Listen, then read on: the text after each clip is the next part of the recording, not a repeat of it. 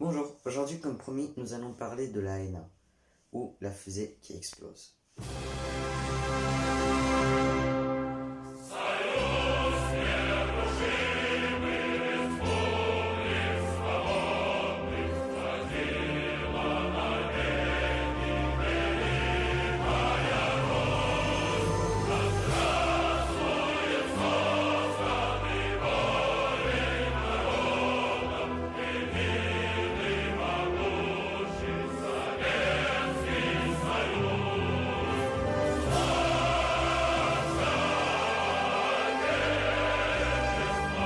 Le 25 mai 1961, 43 jours après l'envoi de Gagarine dans l'espace, le président Kennedy annonce au peuple américain qu'il voudrait envoyer des hommes sur la Lune. Les Russes sortent alors un projet des cartons, la N.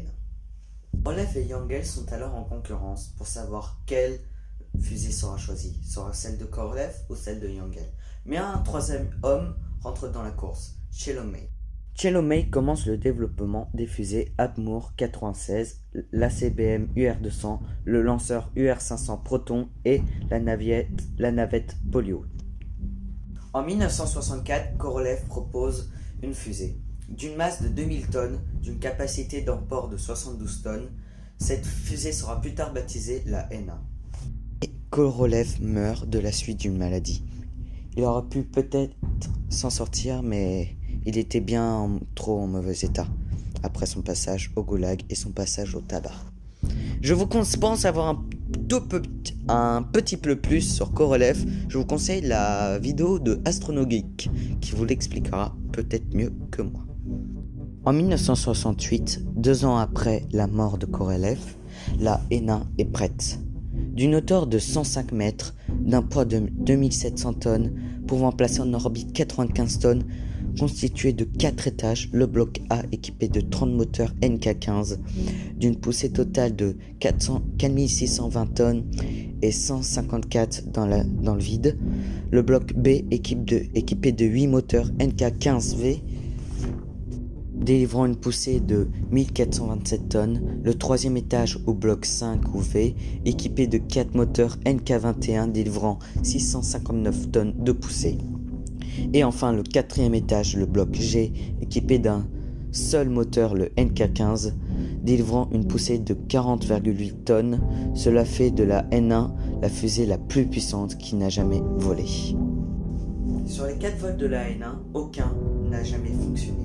Les causes sont multiples. Lors du premier vol entre la 3e et la 10e seconde, le système de correction de poussée corde débranche les moteurs 12 et 24.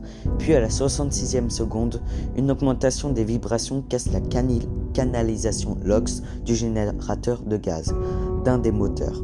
L'oxygène se répand dans le bâtimoteur et met le feu à la fusée. La N1 est détruite à la 70e seconde. Lors du 2e vol en 1969, durant la nuit, un objet métallique provoque l'explosion de la turbopompe LOX du 8e moteur au moment du décollage. Les moteurs voisins et le bâti sont endommagés. La fusée décolle et 18 secondes plus tard retombe sur le pad. Le 21 juillet 1969, Neil Armstrong et Buzz Aldrin marchent sur la Lune. L'URSS a perdu.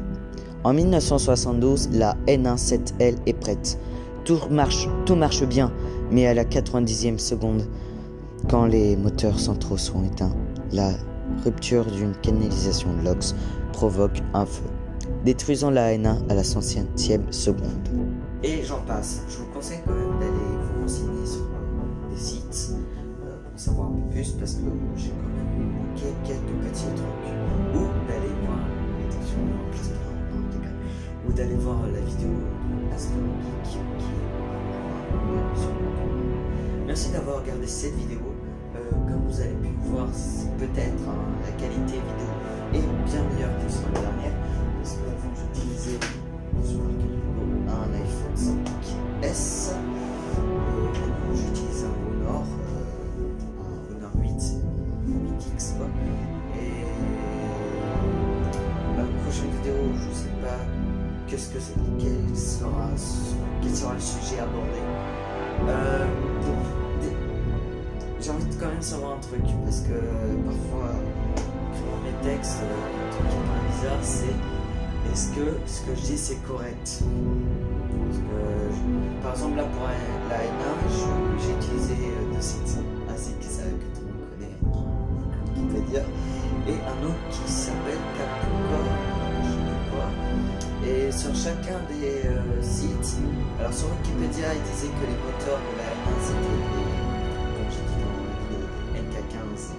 Et sur Capcom, je sais pas quoi, il disait que c'était des NK33, je crois bien.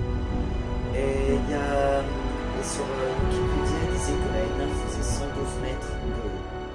Et je crois bien que ouais, la N1 était beaucoup plus petite que la Saturn 5, soit 5 mètres, voilà. Et la N1 est la fusée la plus puissante de l'histoire. Vous aurez quand même remarqué qu'elle pouvait placer un orbite que 95 tonnes, mais le premier étage était très puissant. Du gros nombre de moteurs pour compenser que les soviétiques à cette époque-là, ils n'avaient pas encore réussi à faire vraiment de moteurs assez puissants. Donc ils avaient mis beaucoup de moteurs NK15, 30, et ouais, 30 moteurs NK15, mais la puissance des autres étages, les moteurs des autres étages n'étaient pas assez puissants pour pouvoir emporter ça.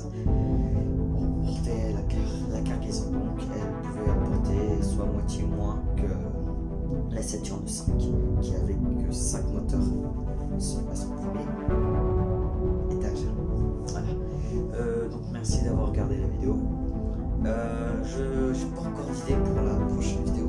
Donc il y a avec mon ami, on peut avoir encore de faire un truc. C'est pas prévu tout de suite. On se reverra la prochaine fois pour une prochaine vidéo que je vais commencer à écrire si je trouve de quoi parler. Et continuer à rêver. Partez pas tout de suite, je viens de trouver le sujet de la prochaine vidéo. Ça sera pas une vidéo parlant de l'espace comme je fais d'habitude, ça sera plutôt une vidéo détente, tranquille, histoire que je puisse un peu souffler et un peu plus m'investir dans mes cours. Et c'est pour ça que mes vidéos sont pas très longues, mais quand même un peu courtes, un peu désordonnées. Je vais essayer de me concentrer un peu plus sur mes cours et que je mets aussi tant de temps à sortir une vidéo. Je crois bien 2 semaines d'écart entre chacune des vidéos.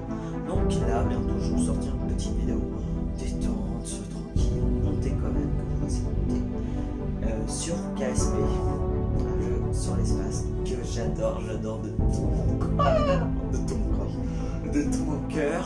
Et voilà, j'ai hâte de vous la faire. Elle va sûrement sortir bientôt, je l'ai tournée demain, jeudi 22 novembre.